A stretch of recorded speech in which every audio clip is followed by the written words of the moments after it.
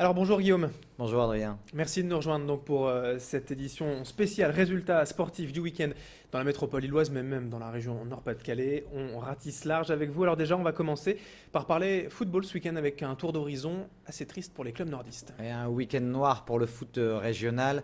Ça avait déjà très mal démarré pour le Racing Club de Lens vendredi soir. Ils étaient en déplacement au Havre, défaite 6 buts à 2. Alors, ils avaient pourtant ouvert le score à la 4e par Chavaria et puis ensuite la dégringolade. Ils ont pris 4 buts en 30 minutes et au final, un score très très sévère. Donc, ça fait un petit peu tâche au tableau. Heureusement, dans leur malheur, les Lensois ont vu que les co-leaders Angers ont perdu aussi en déplacement à Laval. Donc, les 100 et or sont toujours devant.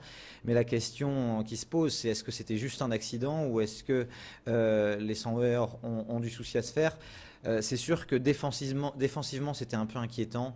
Les hommes d'Antoine Comboiré qui étaient assez apathiques sur la défense. Donc on espère qu'ils vont vite redresser la barre à ce niveau-là en tout cas. On espère en tout cas que ce soit un mal pour un bien, hein. On imaginait déjà peut-être un peu trop tôt les Lensois en haut de l'affiche. Bon, c'est peut-être une claque pour se remettre en question. Voilà, il faut espérer que ce sera juste un accident. Alors, dans le foot régional, ça s'est mal poursuivi, j'ai envie de dire, parce que Valenciennes, samedi soir, a essuyé sa 4e défaite en 5 rencontres.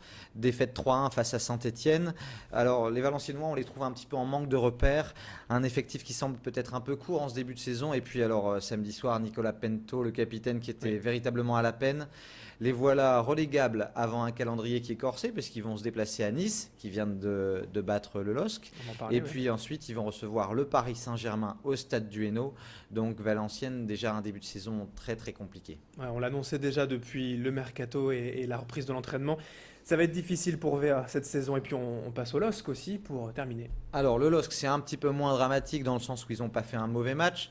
Cela étant, malgré de belles actions et puis une certaine volonté de construire, les LOSC n'ont rien pu faire face au réalisme niçois, un doublé de Svitanic. Voilà les Lillois qui rentrent un petit peu dans le rang, les voilà en milieu de tableau. Alors, lors de la prochaine journée, c'est un déplacement à Sochaux qui est dernier de Ligue 1. C'est vraiment là qu'il faudra aller chercher les 3 points parce que s'ils venaient à perdre à Sochaux, là vraiment la situation commencerait à être un petit peu inquiétante par contre. C'est un début de saison moyen, hein, tout simplement. 2 victoires, un nul, 2 défaites, 12e au classement, vous le disiez. Et ça ne plaît pas aux supporters, ça. Non, et puis ce qui ne plaît pas non plus aux supporters, c'est la situation économique. Il y avait une frange des supporters lillois qui avait décidé de manifester avant le début du match face à Nice. Ils étaient 700 à 800 supporters du DVE, des Dog Virage Est. Et puis avec des banderoles où étaient affichées quelle direction, quelles ambitions, et puis un slogan qui revenait régulièrement, Michel Sédou, qu'as-tu fait des sous, sous-entendu l'argent lié aux différents transferts qui sont intervenus pendant l'été. Alors bon, il faut quand même dire que les autres supporters qui assistaient à ce spectacle ont sifflé et ont, eux, manifesté leur désaccord par rapport à cette position des DVE. C'est noté. Allez, on va tourner la page football pour parler d'athlétisme puisque c'était le semi-marathon de Marc-en-Barœul ce dimanche. Ouais, une édition anniversaire, c'était la 25e édition du semi-marathon de Marc-en-Barœul. Alors à Marc, ils ont beaucoup de chance. Chaque année, il fait un temps magnifique, surtout qu'il avait fait une semaine plutôt pluvieuse la semaine dernière. Une météo idéale dimanche matin. J'étais à l'arrivée, j'étais en polo, j'avais pas froid du tout. Et puis une super course, une victoire kenyane d'Evans Korir en 1h 4 minutes 48 secondes devant l'Érythréen Agos. Ils se sont cherchés pendant la deuxième partie de la course. Et puis c'est finalement le Kenyan qui s'est imposé. On retiendra aussi que Korir, c'est celui qui avait terminé à la 8e place du semi-marathon de la Braderie et il y avait battu son record personnel en 1h 1 minute et quelques secondes. Donc Korir, c'est un petit peu le Kenyan qui monte en ce moment dans les courses sur route.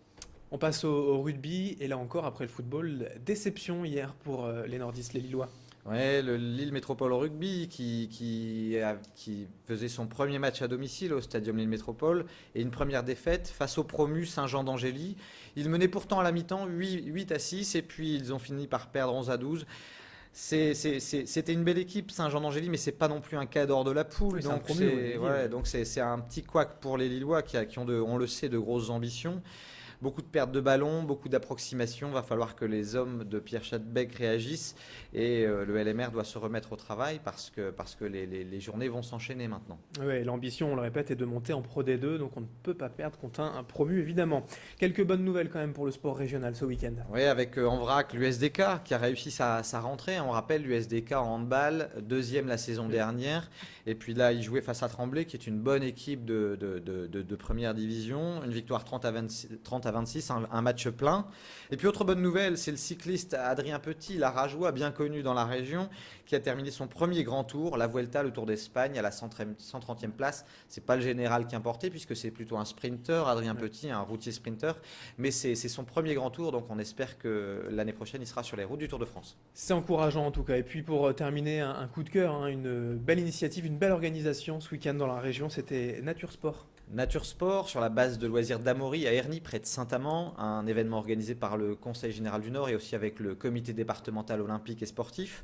Alors c'est quoi Nature Sport? C'est une vingtaine de disciplines à essayer gratuitement. Il y avait du canoë-kayak, de l'escalade dans les arbres. Il y avait également du tir à l'arc, de la course d'orientation, enfin tout un tas de disciplines à essayer. Et puis non pas comme chaque année, mais comme tous les 2 ans, puisque c'est un événement qui a lieu tous les 2 ans, eh bien plusieurs milliers de personnes étaient là pour s'essayer à différentes disciplines. C'était une belle réussite. Parfait, tout ça, c'est bien noté. Merci Guillaume Van der Schaak d'avoir été avec nous donc, pour ce tour complet de l'actualité sportive du week-end. Merci à vous, bonne journée. Au revoir Adrien. Merci à vous de nous avoir suivis. Restez bien avec nous dans un instant. On enchaîne en direct sur Grand Lille TV avec la météo et l'infotrafic.